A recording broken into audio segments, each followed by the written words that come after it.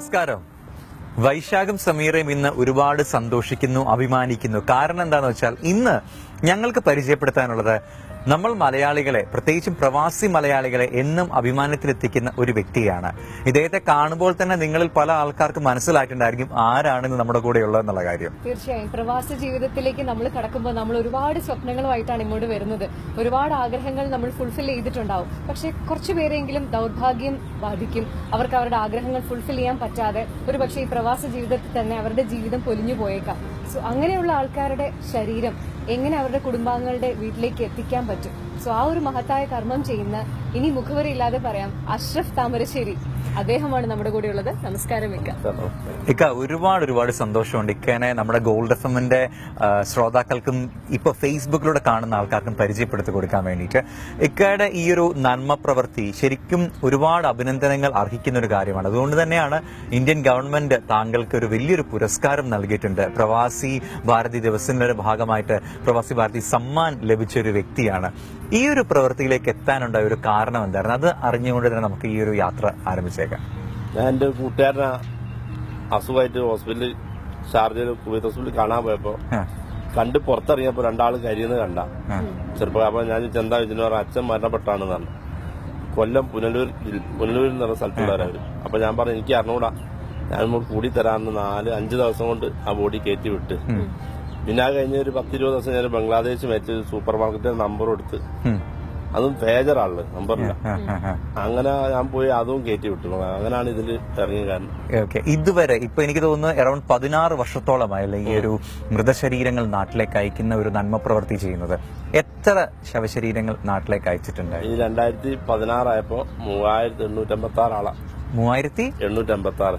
3856 അല്ലേ? അയ്യോ, അത്രയധികം മൃതശരീരങ്ങളാണ് ഇവിടുന്ന് അയച്ചിരിക്കുന്നത്. ഇപ്പൊ ആർക്കെങ്കിലും എന്തെങ്കിലും ഒരു ആപത്ത് പറ്റുകയാണെങ്കിൽ എന്താ ചെയ്യേണ്ടത്? ഇവിടെ ഇപ്പൊ ഒരാള് റൂമിൽ നിന്ന് മരണപ്പെട്ടാല് ആദ്യം നമ്മൾ പോലീസിനെ വിളിക്കാം. പോലീസ് ആംബുലൻസ് വരും, അവര് നോക്കും മരണപ്പെട്ടു അല്ലേ. അപ്പൊ അവര് വന്ന് മരണപ്പെട്ടു അവരെടുത്ത് കൊണ്ടുപോയി ഹോസ്പിറ്റലിൽ കൊണ്ടുപോയിട്ട് അത് ഹോസ്പിറ്റലിൽ നിന്ന് ഫോറൻസിക്കിലേക്ക് മാറ്റും.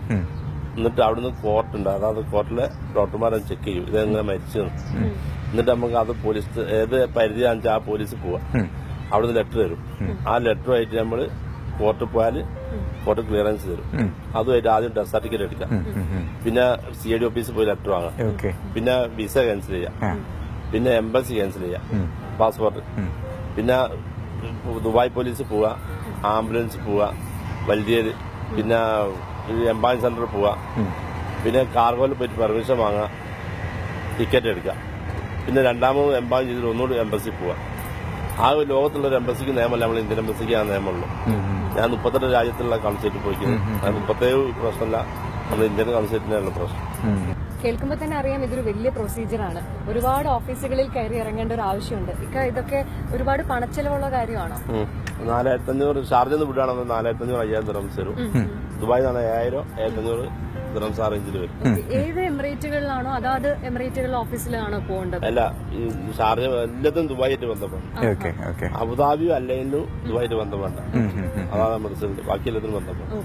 ഇപ്പൊ അജ്മാനിലോ വേറെ ഏതെങ്കിലും ഉമ്മൽഖൈനോ ഒക്കെ ആണെങ്കിൽ അവര് ഷാർജയോ?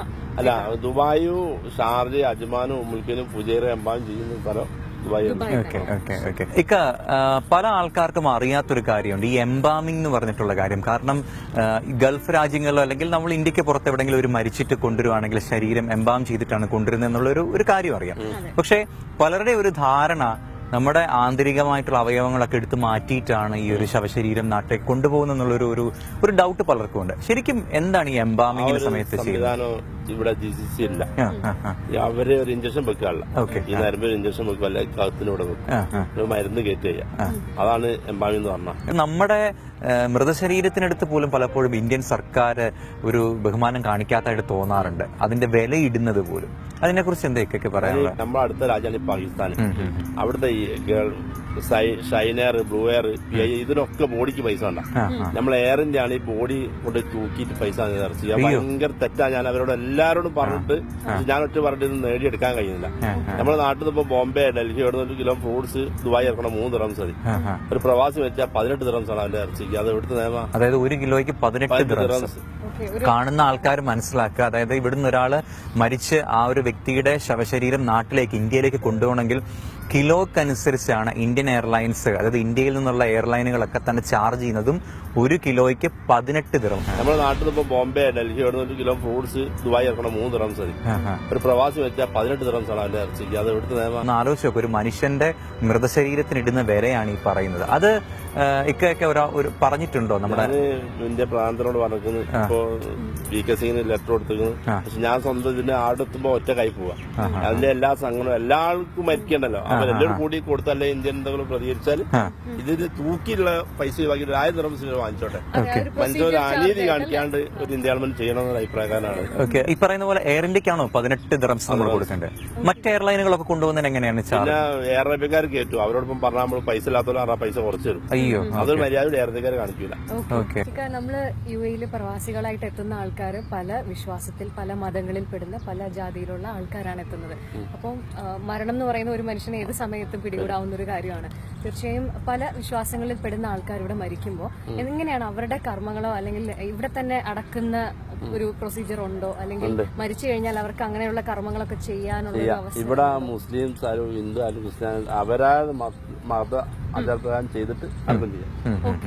പ്രാർത്ഥന കാര്യമൊക്കെ ചെയ്യാം. അതിനുവേണ്ടി പ്രത്യേക സ്ഥലങ്ങളൊക്കെ സ്ഥലമുണ്ട്. എല്ലാത്തിനും മെമ്പർ സ്ഥലമുണ്ട്. ഹിന്ദു വിശ്വാസത്തിലുള്ളവരാണെങ്കിൽ ദഹിപ്പിക്കുകയാണ് ചെയ്യുന്നത്. അതിനുള്ളൊരു അവസരമൊക്കെ ഉണ്ട്. ഓക്കെ, എവിടെയാണ് അങ്ങനത്തെ സ്ഥലം? ഷാർജയിലുണ്ട്, സജയിലുണ്ട്. ഇക്ക, നമ്മൾ പല സമയത്തും ഈ അടുത്തിടെ ഒരു സിനിമ കണ്ട സമയത്ത് പലർക്കും ഒരു ഡൗട്ട് തോന്നി. ലോഹം എന്ന് പറഞ്ഞിട്ടുള്ള ഒരു സിനിമ, അതിനകത്ത് പറയുന്ന ഒരു കാര്യമുണ്ട്, ശവശരീരത്തിനുള്ളിൽ സ്വർണം കടത്തുന്നവരുടെ ഒരു കഥയാണ് ആ സിനിമയിൽ പറഞ്ഞിരിക്കുന്നത്. അങ്ങനെ ഒരു പ്രശ്നം ഇവിടെയോ അല്ലെങ്കിൽ ഇക്കയുടെ അറിവിലുണ്ടോ? അങ്ങനെ ആരെങ്കിലും ചെയ്യുന്നവരുണ്ടോ? പക്ഷേ അറിവിൽ അത് ചെയ്തുടാന്നില്ല, ചെയ്യും. മനുഷ്യന്മാർക്ക് പൈസ എന്ന് പറഞ്ഞാൽ എന്തും ചെയ്യാൻ പഠിക്കാത്ത ലോകമാണ്. പക്ഷെ ഞാൻ ഇത് പെട്ടി അടിച്ചിട്ട് എയർപോർട്ടിൽ എത്തിയാൽ ഞാൻ ഇതിന്റെ കൂടെ നിൽക്കും. അപ്പൊ ഇതൊരു പ്രശ്നം ആര് വന്നാലും എന്ത് പറഞ്ഞാൽ അംഗീകരിക്കില്ല. ഞാൻ മാറിക്കൂല. മാറിക്കാൻ പ്രശ്നം എനിക്കറിയാം. പല ആളുകളോട് പറയുകയും ചെയ്തിട്ട് അത്രക്കാൻ ചെയ്യുമ്പോൾ 1-2 പ്രാവശ്യം ചെയ്താൽ പോരെ, ഞാൻ ഇന്നലെക്കകത്തൊരു പൈസ വേണ്ട. നമ്മൾ ഈ അടുത്തിടെ ഒരു വാർത്ത കേട്ടു, അതായത് പ്രായം കുറഞ്ഞ ആൾക്കാരാണ്, പ്രത്യേകിച്ചും 40 വയസ്സിന് താഴെയുള്ള ആൾക്കാരാണ് കൂടുതലും മരിക്കുന്നതെന്ന് പറഞ്ഞിട്ട്. ഇക്ക ഇങ്ങനെ ഒരു കാര്യം, ഒരു നന്മ പ്രവൃത്തി ചെയ്യുന്ന ഒരു വ്യക്തിയാണ്. ഇക്ക ഒരുപാട് ആൾക്കാരെ കാണുന്നുണ്ട്. എന്തായിരിക്കും ശരിക്കും ഇങ്ങനെ ചെറുപ്പക്കാർ ഇവിടെ മരണമടയാൻ കൂടുതൽ കാരണം? കൂടുതൽ കാരണം വെച്ചാല് ഡോക്ടർമാർ പറയൂ ഈ വ്യായാമം കുറവാണ്. അത് പക്ഷെ എന്റെ ഒരു അഭിപ്രായത്തിൽ അതല്ല. 18 വർഷം നടന്ന ആൾ നടക്കുമ്പോൾ മരണപ്പെട്ടത് വ്യായാമം കുറവുകൊണ്ടല്ല. ഈ ടെൻഷൻ കൊണ്ടാണ് ഈ ആളുകൾ മരണപ്പെടുന്നത്. ഈ 2016 400 മലയാളികൾ മരിച്ചിരിക്കുന്നു. അതിലൊക്കെ 40 വയസ്സിന് താഴെയുള്ളവരാ. കുറഞ്ഞ ആളുകളേ ഉള്ളൂ, 40-45 വയസ്സുള്ളവർ. ഇന്നലെ ഇപ്പോ ഇവിടെ മരണപ്പെട്ട ഒരു 28 വയസ്സുള്ള 30 വയസ്സുള്ള സ്ത്രീയാ. ഒക്കെ ചെറുപ്പക്കാരാണ് മരണപ്പെടുന്നത്. ടെൻഷനാണ്. ഇതിന്റെ പുറകിൽ നോക്കുമ്പോ വീട്ടിൽ പ്രശ്നം, അല്ലെ കുടുംബത്തെ പ്രശ്നം, അല്ലെ ചെക്ക് കേസ്, ജോലി സ്ഥലത്തെ പ്രശ്നങ്ങൾ, ജോലി പ്രശ്നം, സാമ്പത്തിക ബുദ്ധിമുട്ട് എല്ലാം ഉണ്ട്. ഇപ്പൊ ഇക്കയുടെ നമ്പർ ഒന്ന് പറഞ്ഞു കൊടുക്കുക. ഒരുപാട് പേർക്ക് ചിലപ്പോഴെങ്കിലും ഒരു ആഗ്രഹം കാണുമായിരിക്കും ഒന്ന് ഇക്കയെ വിളിച്ച് സംസാരിക്കുക. അതല്ലെങ്കിൽ ഒരു അത്യാവശ്യം വരികയാണെങ്കിൽ പോലും ഇക്കയുടെ നമ്പർ വളരെ അത്യാവശ്യമായ ഒരു കാര്യം തന്നെയാണ്. 055-388-6727.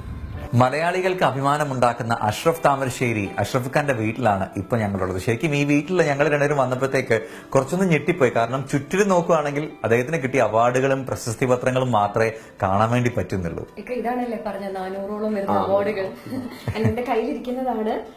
ഗവൺമെന്റ് ഓഫ് ഇന്ത്യയുടെ പ്രവാസി ഭാരതീയ സമ്മാൻ അവാർഡ്. ആരായിരുന്നു ഇതെന്ന്? ഇത് വൈസ് പ്രസിഡന്റ്. ഓക്കെ, അതിന്റെ പ്രശസ്തി പത്രം നമുക്ക് കാണാം, ഷോറിൽ വെച്ചിട്ടുണ്ട്. എനിക്കൊക്കെ ആ ഒരു സമ്മാനം കിട്ടിയ വേദിയുടെ ഒക്കെ പിക്ചേഴ്സ് ഷോറിലുണ്ട്.